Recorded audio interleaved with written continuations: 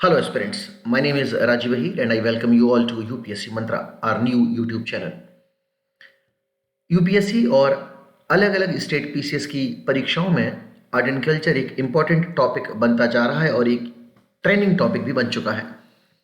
तो इसी सीरीज में आज का हमारा जो सेशन रहेगा वो स्तूप आर्किटेक्चर के ऊपर रहेगा। लास्ट सेशन में हमने मौर्यन आर्ट और आर्किटेक्चर के बारे में कुछ स्पेशल कैरेक्टरिस्टिक्स को पढ़ा। उनमें से एक बहुत इंपॉर्टेंट विशेष फीचर था, वो था स्तूपास का फॉर्मेशन। जानने की कोशिश आज हम इस सत्र में ये करेंगे कि स्तूप शब्द आया कहाँ से है, स्तूप का मतलब क्या है, कौन कौन से कॉनोटेशंस इससे जुड़े हुए हैं, स्तूप आर्किटेक्चर की प्रोसेस शुरू कैसे हुई और कैसे अपने जेनेसिस के साथ साथ ये क्लाइमैक्स या मैच्योरिटी फेज तक पहुंची, कौन कौन से काल में कैसे कैसे स्तूपास बनाए गए थे, over the period of time stupas में क्या क्या इवोल्यूशन हुए। इन सारी तमाम जानकारियों को आज के इस सत्र में हम जानने की कोशिश करेंगे। कई प्रतियोगी परीक्षा में ये आर्ट एंड कल्चर लाभकारी रहता है, इसलिए ये नई सीरीज उठाई गई है, चलाई गई है। स्तूप शब्द एक पाली शब्द थूपा से मिलकर बना है। तो ये एक पाली शब्द है थूपा, जिससे बना है स्तूप। इस थूपा का मतलब होता है माउंड या टीला। टीला एक ढेर, एक टीला, ढेर या फिर टीला। अब किस चीज का टीला, किस चीज का ढेर, जरा समझते हैं। भगवान बुद्ध को जब महापरिनिर्वाण की प्राप्ति हुई, यानी जब वो जीवन और मृत्यु के इस चक्र से फ्री हो गए, तो उनका जो दाह संस्कार हुआ, उसके बाद जो पवित्र ऐश या राख या अवशेष बचे, उनको 8 अलग अलग महाजनपदों में रखा गया। तो अलग अलग 8 महाजनपदों के अलग अलग 8 प्लेसेस जहां बुद्ध के ऐशिश को, पवित्र अग्नि के बाद जो राख बचती है, उन अवशेषों को जहां रखा गया, जिनको हम रेलिक्स बोलते हैं, वहां पर एक एक स्तूप का निर्माण किया गया। अब जो स्तूप होता है वो उसी रेलिक के ऊपर बना हुआ एक टीला होता है। तो ये इसका ओरिजिन हुआ जो थूपा शब्द से निकला है। ऋग्वेद में भी एक शब्द इस्तेमाल होता है जिसे हम स्तूप कहते हैं, पर ऋग्वेद में जो शब्द स्तूप इस्तेमाल होता है ऋग्वेद में, उसका मतलब है पवित्र अग्नि जो हमारे हवन कुंड से निकलती है। तो अगर ऋग्वेद के अनुसार स्तूप का मतलब होता है पवित्र अग्नि जो हवन कुंड से निकली, तो इसका किसी स्ट्रक्चर से लेना देना संभवतः जो है थोड़ा मुश्किल बनता है। इसलिए थूपा शब्द से इसका जो ओरिजिन है उससे हम ज़्यादा रिलेट कर पाते हैं। तो ये तो हो गया ओरिजिन के बारे में। तो ये टर्म जो है it is Buddhist in origin. हमने देखा कि जब बुद्ध को महापरिनिर्वाण मिला तो बुद्ध की जो रेलिक्स हैं, उन रेलिक्स को अलग अलग 8 स्थानों पर रखा गया, 8 महाजनपदों में, और इस प्रकार 8 अलग अलग स्तूप बने अशोक के शासनकाल में। हमने देखा कि अशोक ने लगभग 84,000 से ज़्यादा स्तूप बनाए। इससे पहले वाली जानकारी में हमने समझा कि भगवान बुद्ध के महापरिनिर्वाण के बाद उनकी रेलिक्स जो है वो 8 स्थानों पर रखे गए, तो इस प्रकार 8 स्तूप बने। लेकिन जब हम इस बात को देखते हैं कि 84,000 के आसपास स्तूप बने, इसका मतलब क्या हुआ? बुद्ध के जो रेलिक्स थे वो तो खत्म हो चुके थे। यानी इन 84,000 स्तूपों में अगर ये एग्जेजरेशन न हुआ, अतिशयोक्ति न हुई, क्योंकि कई इतिहासकार इस संख्या को अतिशयोक्ति मानते हैं, तो अगर ये अतिशयोक्ति न हुई तो इसमें जो रेलिक्स अवशेष हैं वो या तो अलग अलग बोधिसत्वास के हैं, बोधिसत्वास के रेलिक्स हैं, बुद्ध के नहीं हैं। बोधिसत्वास के बाद अरहतों के हैं, अरहत्स के हैं या अरिहंतों के हैं। इसके अलावा बुद्धिस्ट मॉन्क्स के हैं। इन सब के रेलिक्स पाए गए हैं, और हो सकता है कि इनके डिसाइपल्स भी हों, उनके रेलिक्स हों, है ना। तब कहीं जाकर ये संख्या 84,000 बैठती है। तो ये जो हम पढ़ रहे हैं स्तूप आर्किटेक्चर, जिसमें स्तूप शब्द जो है एक पाली शब्द थूपा से मिलकर बना है, और इसका मतलब होता है माउंड, टीला या फिर ढेर। ये जो स्तूप हैं ये भारत में ही नहीं, कई अन्य विदेशों में भी हमें मिले हैं, कई देशों में मिले हैं, जैसे श्रीलंका, नेपाल, चाइना, यूरोपीय कंट्रीज, ऑस्ट्रेलिया, अमेरिका और कई अलग अलग देशों में हमें स्तूप का जो स्ट्रक्चर है वो देखने को मिला है। शुरुआत में भगवान बुद्ध के महापरिनिर्वाण के बाद 8 अलग अलग महाजनपदों में बुद्ध के अवशेषों को बांट दिया गया। उन हर स्थानों पर एक एक स्तूप बन गया। ये 8 महत्वपूर्ण स्तूप जिन्हें शारीरिक चैत्य बोलते हैं। शारीरिक चैत्य इसलिए क्योंकि माना जाता है कि चैत्य या पूजा स्थल या श्राइन एक ऐसा स्थान होता है या स्तूप एक ऐसा स्थान होता है जहाँ किसी पवित्र आत्मा का वास होता है। कोई पवित्र आत्मा जो खुद भगवान बुद्ध हैं, उनकी रेलिक्स या अवशेष अगर किसी टीले में रखे गए हैं तो वो ऑटोमेटिकली बहुत ही पवित्र हो गया। और बुद्ध धर्म की दृष्टिकोण से ये एक सेक्रेड श्राइन, पवित्र पूजा स्थल के रूप में ही पूजा जाएगा। तभी हम देखेंगे कि स्तूप में प्रदक्षिणा पथ पाए जाएंगे और प्रदक्षिणा पथ में ये लोग परिक्रमा लगाएंगे उस स्तूप की और इसको धार्मिक दृष्टिकोण से पवित्र मानेंगे। वो 8 स्थान जहाँ बुद्ध के अवशेष रखे गए हैं और ओरिजिनल स्तूप बने हैं, वो स्थान है राजगृह, वैशाली, कपिलवस्तु, अलाकप्पा, रामग्राम, वेदद्वीप, पावा और कुशीनगर। मैं एक बार फिर से रिपीट करता हूँ। वो 8 स्थान जहाँ बुद्ध के ओरिजिनल रेलिक्स रखे गए हैं, जहाँ शारीरिक चैत्य मिलते हैं, वो हैं राजगृह, वैशाली, कपिलवस्तु, अलाकप्पा, रामग्राम, बेतद्वीप, पावा और कुशीनगर। इसके अलावा अन्य स्थानों पर जहाँ जहाँ हमें ये मिलेंगे स्तूप, उन स्थानों पर मोस्टली बुद्ध के अवशेष नहीं, या तो बोधिसत्वों के अवशेष मिलेंगे या फिर हमें अरहतों के अवशेष मिलेंगे या बौद्ध भिक्षुकों के अवशेष देखने को मिलेंगे। हम देखते हैं कि स्तूप आर्किटेक्चर में शुरुआत में स्तूप जो है ब्रिक्स, ईंटों से मिलकर बने होते थे। बाद में इन स्तूपों को स्टोन्स, पत्थरों से बनाया गया। तो शुरुआत में ब्रिक्स का यूज होता था और बाद में स्टोन्स, पत्थरों का यूज होना देखा गया इन स्तूप फॉर्मेशंस में। हमने देखा कि जो अलग अलग राजा थे जैसे बिंबिसार और अजातशत्रु, इन लोगों ने बुद्ध के सम्मान में कई सारे स्तूप बनवाए जहां बुद्ध के ओरिजिनल रेलिक्स या फिर बुद्ध के अवशेष रखे गए हैं। लेकिन जो महायान संप्रदाय है, महायान संप्रदाय ये कहता है कि किसी भी स्तूप में रेलिक्स का होना अनिवार्य नहीं है। क्यों? क्योंकि ये लोग तो इमेज वर्शिप करते हैं। तो महायान बुद्धिज्म जो मूर्ति पूजा करते थे, जो खुद को लार्जर व्हीकल बोलते थे, जो भगवान बुद्ध को गॉड मानते थे और उनकी मूर्ति पूजा में विश्वास रखते थे, इनके अनुसार स्तूप के अंदर रेलिक्स या अवशेषों का होना अनिवार्य नहीं था, क्योंकि ये मूर्ति पूजा करते थे। अब इसके बाद अगर हम स्तूप आर्किटेक्चर का जेनेसिस देखें, स्टार्टिंग देखें, तो हम ये पाएंगे कि दो अलग अलग साम्राज्य हमें देखने को मिलते हैं। एक है शुंग वंश और एक है इक्ष्वाकुस वंश। तो शुंगास और इक्ष्वाकुस के टाइम पीरियड में इन स्तूपों में कुछ एनलार्जमेंट्स और कुछ एडिशंस हुए। सांची का स्तूप, भारत का स्तूप और अमरावती, इन स्तूपों में हम कुछ और चीज़ों को जुड़ता हुआ देखेंगे। कैसे? जैसे पहले बुद्ध के रेलिक्स अवशेषों के ऊपर एक टीला बना दिया गया। अब हम क्या देखेंगे? इसके चारों तरफ अलग अलग हमें तोरण द्वार देखने को मिलेंगे, जो 4 होंगे संख्या में, 1 2 3 4। ये चारों तोरण द्वार हमें अलग अलग दिशा के बारे में सूचित करेंगे। ये ईस्ट, ये वेस्ट और ये तोरण द्वार उत्तर दिशा और ये दक्षिण दिशा को रिप्रेजेंट करेगा।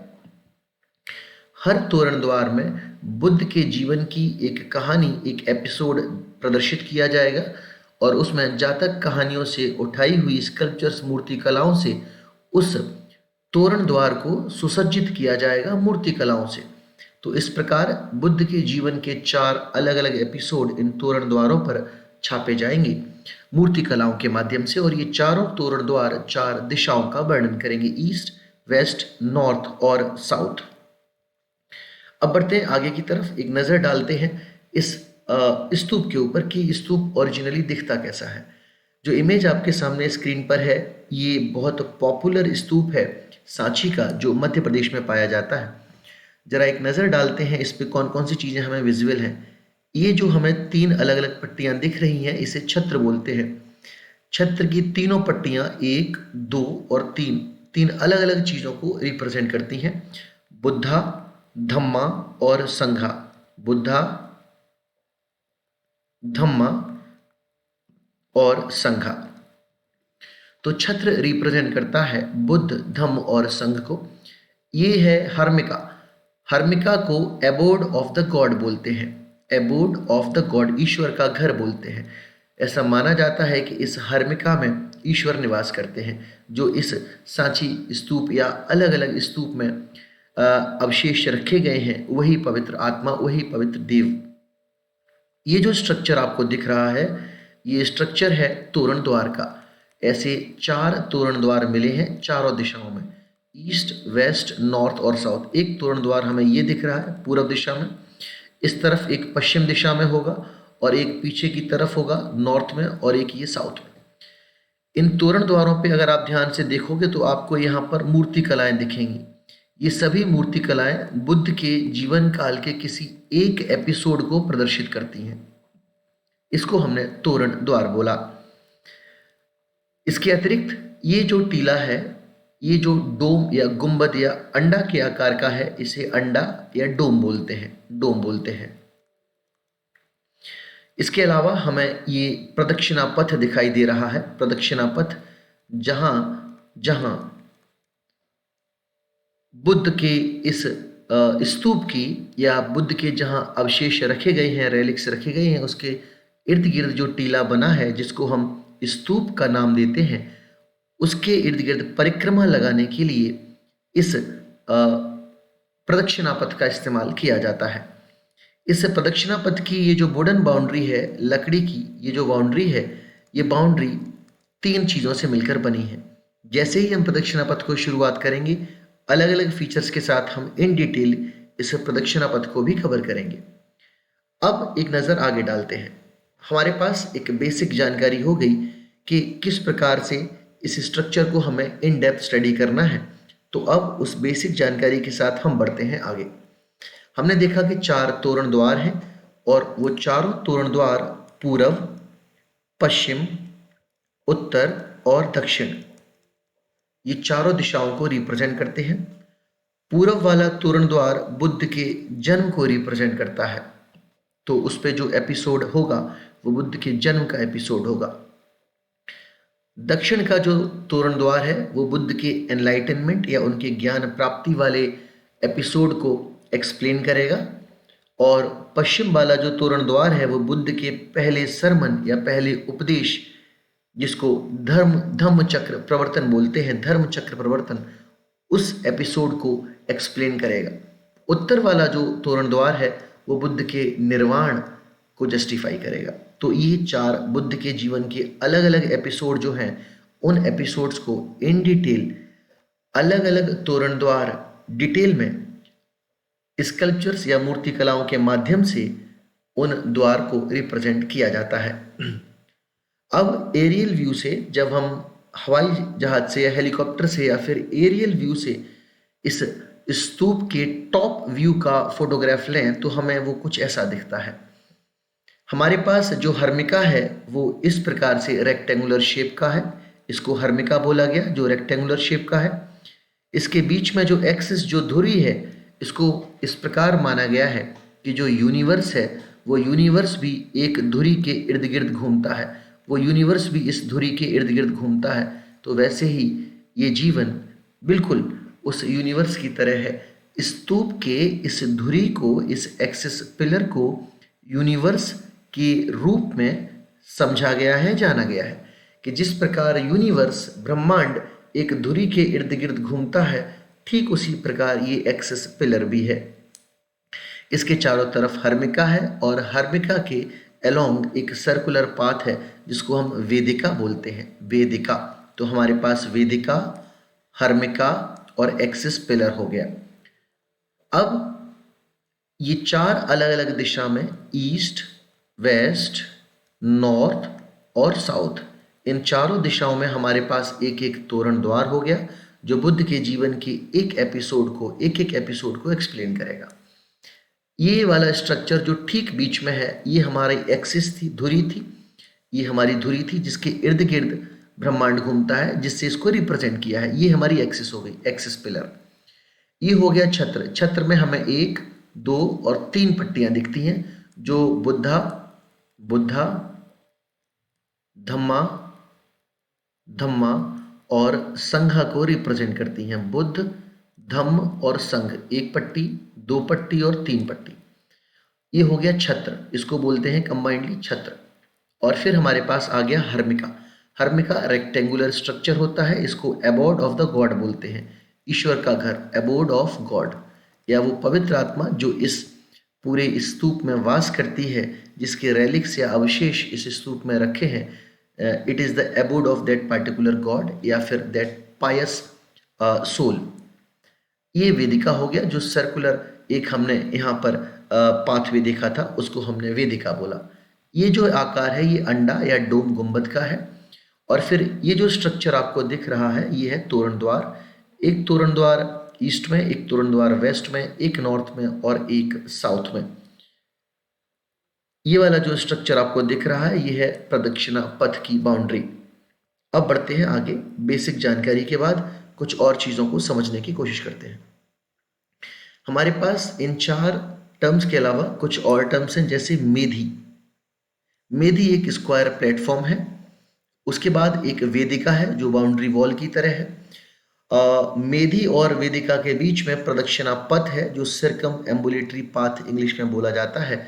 इस प्रदक्षिणा पथ पर हम परिक्रमा लगाते हैं उस स्तूप की। ऐसे ही प्रदक्षिणा पथ हमें टेम्पल आर्किटेक्चर में भी देखने को मिलेंगे। हमें नागर शैली, नागरा स्टाइल में देखेंगे कि मंदिर का जो शिखर होगा, उस शिखर के ठीक नीचे बने गर्भगृह में यहाँ पर जो हमारे मुख्य देवी या देवता होंगे, उसके आसपास भी सर्कम एम्बुलेटरी पाथ होगा, प्रदक्षिणा पथ होगा। इसके बाद हम देखा हर्मिका, और हर्मिका के बाद हमने एक छत्र देखा और एक एक्सिस, एक धुरी देखी। ऐसा माना जाता है कि ये एक्सिस रिजेंबल करती है यूनिवर्स से, क्योंकि यूनिवर्स या ब्रह्मांड भी एक धुरी के इर्द गिर्द घूमता है। अब एक और एरियल व्यू इसी स्तूप में हमने देखा था कि स्तूप का निर्माण जेनेसिस कहाँ से हुआ। एक पाली शब्द था थुपा, जिसका मतलब था माउंड या टीला या ढेर। और हमने देखा बुद्ध के जो अवशेष हैं, जो रेलिक्स हैं, इसके ऊपर एक टीला बनाया गया था जिसको हमने स्तूप का नाम दिया। अब इस मॉडिफाइड इमेज में जो over the period of time stupa में एडिशंस होते रहे, कुछ एडिशन शुंग वंश में हुए, कुछ इक्ष्वाकुश वंश में हुए। इस प्रकार हम ये पाएंगे कि एक तो ये बेस डेवलप हो गया, प्लेटफॉर्म डेवलप हो गया, यहाँ कुछ स्टेयरकेसेस या सीढ़ियाँ बननी शुरू हो गई, एक ये रेलिंग लग गई। इसके अलावा ये प्लिंथ, ये प्लेटफॉर्म डेवलप हो गया। लेकिन जब टॉप व्यू से देखेंगे तो ये हो गया हमारा छत्र, और ये डोम हो गया, अंडा हो गया। ये सर्कुलर स्टोरी है ये वाली, और ये प्रदक्षिणा पथ है। इस प्रदक्षिणा पथ पर हम फेरी लगाते हैं या फिर हम परिक्रमा लगाते हैं। ये एरियल व्यू से हमने इसको समझने की कोशिश की। हमने देखा था स्तूप जो है वो ब्रिक्स और स्टोन से मिलकर बना था ओरिजिनली, ईंटों से और पत्थरों से।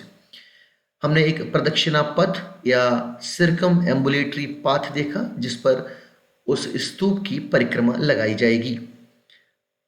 इसके अलावा हमने वुडन स्कल्पचर्स या फिर कुछ इस प्रकार से हमने संरचनाएं देखी जो लकड़ी की बनी है, जैसे बाउंड्री वॉल हो गई, जैसे हमारे टॉप पे कुछ स्ट्रक्चर्स हो गए जो वुड या लकड़ी की संरचनाएं हैं, लकड़ी की बनी हुई हैं। तो हमने तोरण द्वार 4 देखे, मेधी देखा, प्रदक्षिणा पथ देखा, हर्मिका देखा, छत्र देखा। ऐसे कई सारे हमने स्ट्रक्चर्स देखे, और हमने ये भी जाना कि जो छत्र है वो बुद्धा, धम्मा और संघा, इन 3 बुद्ध त्रिरत्न को रिप्रेजेंट करता है। अब बढ़ते हैं आगे की तरफ। हमने इस इंफॉर्मेशन को भी एक्सप्लेन किया था कि ये जो 8 अलग अलग स्तूप हैं, जो 8 अलग अलग महाजनपदों में पाए जाएंगे, ये 8 स्तूप जो है बुद्ध के ओरिजिनल रेलिक्स हैं, जो शारीरिक चैत्य भी बोले जाते हैं। स्तूप का एक छोटा सा ओवरव्यू दोबारा से। अंडा क्या है? ये सेमी सर्कुलर टीला है जो पृथ्वी पर बना है। इसको डोम भी बोलते हैं, गुंबद भी बोलते हैं। इसके बाद हमारे पास हर्मिका आता है। ये बालकनी जैसा स्ट्रक्चर है जो अंडा के ऊपर बना हुआ है, डोम के ऊपर बना हुआ है। ऐसा माना जाता है कि it is the place of the God. फिर हमने यष्टि देखा। ये एक मास्ट है, एक छतरी नुमा स्ट्रक्चर है जो हर्मिका के ऊपर बना हुआ है, अम्ब्रेला जैसा है ये, है ना। एक है रेलिंग, रेलिंग हमने देखी। रेलिंग के अलावा छत्र देखा। छत्र जो टॉप पे हमने 3 अलग अलग जिसमें पट्टियां निकली हुई देखी, ये अम्ब्रेला की तरह बना हुआ है। प्रदक्षिणा पथ में हमने देखा कि क्लॉकवाइज एक रास्ता बना हुआ है, सर्कम एम्बुलेटरी पाथ है जिस पर हम परिक्रमा लगाते हैं। फिर हमने देखा कि ये जो प्रदक्षिणा पथ की बाउंड्री है, जिस बाउंड्री को वुडन फेंस बोलते हैं, लकड़ी की बाउंड्री या चारदीवारी बोलते हैं, टर्म इसका जो इस्तेमाल किया जाता है वो है स्टोन बैलुस्ट्रेड। तो ये जो स्टोन बैलुस्ट्रेड है या वुडन फेंस है या लकड़ी की जो बाउंड्री है जिससे प्रदक्षिणा पथ कवर्ड है, वो दो चीज़ों से बना है। एक है थावा और दूसरा है ओहनिशा। थावा ऑक्टेगोनल अपराइट पोस्ट है और ओहनिशा कॉन्टिन्यूस कैपिंग स्टोन्स है। तो मेरे पास तीसरी चीज़ जो आई वो आई 3 हॉरिजॉन्टल रेल्स जिनको सूची बोलेंगे। अब कहने का मतलब ये हुआ कि सूची जो उस प्रदक्षिणा पथ की बाउंड्री में इस प्रकार से 3 पट्टियों में बना हुआ है, उसको मिलाकर प्लस वह निशा को मिलाकर और तीसरी चीज़ है थावा, इस थावा को मिलाकर बनती है हमारी वुडन फेंस। वुडन फेंस लकड़ी की ये बाउंड्री जिसको हम प्रदक्षिणा पथ की बाउंड्री बोलते हैं, ये बाउंड्री 3 चीज़ों से मिलकर बनी है जिसको ओहनिशा, थावा और सूची बोलते हैं। एक नज़र वापस से उसी स्ट्रक्चर पर डालते हैं और ओहनिशा, थावा और सूची समझते हैं ये क्या है। ओहनिशा प्लस थावा प्लस सूची, ये 3 चीज़ें मिलकर हमारी बनाती हैं वुडन फेंस। ये वुडन फेंस हमारी क्या है, प्रदक्षिणा पथ की हमारी बाउंड्री है जो ओहनिशा, थाबा और सूची से मिलकर बनी है। जरा गौर फरमाइए, एक पट्टी ये हो गई, एक पट्टी ये हो गई और एक पट्टी ये हो गई। इन तीनों पट्टियों को हम सूची बोलते हैं। क्या बोलते हैं? सूची। इसके अलावा एक वर्टिकल लाइन है और एक ये लॉक्स है, इनको हम ओहनिशा और थाबा बोलते हैं। अर्थात जो प्रदक्षिणा पथ की बाउंड्री है, वुडन बाउंड्री, उस वुडन बाउंड्री को 3 चीज़ों से मिलाकर बनाया गया है, ओहनिशा, थाबा और सूची। बाकी चीज़ें आपको दिख ही रही हैं। ये छत्र है जो बुद्धा, धम्मा और संघा को रिप्रेजेंट करता है। ये हर्मिका है जिसमें गॉड ईश्वर का निवास स्थान है। ये मेधी है और ये अंडा है या डोम है और ये हमारा एक तोरण द्वार है। ऐसे ही हमारे पास 4 तोरण द्वार होंगे, एक ईस्ट में, एक वेस्ट में, एक नॉर्थ में और एक साउथ में। ये सारा स्ट्रक्चर जो हमने आज देखा वो एक स्ट्रक्चर स्तूप का है जिसके बारे में हमें बेहद जानकारी करीब से होनी आवश्यक है। यहाँ से क्वेश्चंस एग्जाम में बन जाते हैं। एक नज़र कुछ और फीचर्स के ऊपर फटाफट डाल लेते हैं। तोरण द्वार जो हम पढ़ ही चुके हैं, सभी 4 तोरण द्वारों पर बुद्ध के जीवन से एक एपिसोड दर्शाया गया है मूर्तियों के माध्यम से, मूर्ति कलाओं के माध्यम से। तो मूर्ति कलाओं में जिन मूर्तियों का इस्तेमाल हुआ होगा वो जातक कहानियों से ली गई हैं, जातक टेल्स से ली गई हैं। मेधी एक स्क्वायर प्लेटफॉर्म था जो हमने देखा। इसके अलावा एनिकोनिस्ट बुद्धा, ये टर्म एग्जाम के लिए बहुत इंपॉर्टेंट है। इसका मतलब क्या है? ये शब्द जो है जुड़ा हुआ है हीनयान और थेरावादी बुद्धिज्म से। थेरावादी और महासांघिक सेकेंड बुद्धिस्ट काउंसिल में, दूसरे बुद्धिस्ट काउंसिल में इनमें डिवीजन हुआ था, थेरावादी और महासांघिक में। अगर आपको याद हो 4 टोटल बुद्धिस्ट काउंसिल हुई थी। पहली वाली बुद्धिस्ट काउंसिल में विनय पिटक और सूत पिटक का गठन हुआ था, विनय पिटक और सूत पिटक। दूसरे वाले में थेरावादी और महासांघिक में डिवीजन हुआ था और फिर अभिधम्म पिटक का कंपाइलेशन हुआ और फिर हीनयान और महायान इसमें डिवीजन हुए थे चौथे बुद्धिस्ट काउंसिल में। इसके अतिरिक्त आपको क्या याद करना है, ये बुद्धिस्ट काउंसिल कब हुई, इसका टाइम, इसमें प्रेसिडेंट कौन था, कौन अध्यक्षता कर रहा था, कौन बौद्ध गुरु था और रूलर शासक या राजा कौन था और कौन कौन से इवेंट्स हुए, इसको आप एक बार देख लेंगे। तो ये जो चीज़ें हमने पढ़ी, इनमें हमने स्तूप का एक basic structure in detail study किया और हमने ये जाना कि स्तूप में ऐसी कई सारी चीज़ें हैं जो जानने लायक हैं। यहाँ पहली बार हम प्रदक्षिणा पथ इस शब्द को देखते हैं और यही प्रदक्षिणा पथ टर्म हमें आगे चलकर टेम्पल आर्किटेक्चर में पॉपुलरली देखने को मिलता है। हालांकि यहाँ पर जो छत्र है वैसा ही हमें टेम्पल आर्किटेक्चर में कलश देखने को मिलेगा, लेकिन कलश का कोई धार्मिक महत्व नहीं है और ना ही वहाँ अमलक का कोई धार्मिक महत्व है। अमलक और कलश टेम्पल में डेकोरेशंस के रूप में यूज होते हैं, जबकि स्तूप में छत्र और जो दूसरा स्ट्रक्चर था हमारा हर्मिका, ये दोनों रिलीजियस इंपॉर्टेंस रखते हैं। आज की क्लास में स्तूप आर्किटेक्चर से इतना ही। कल हम यहाँ से आगे पढ़ेंगे। Have a very good time, continue learning, stay safe. Thank you.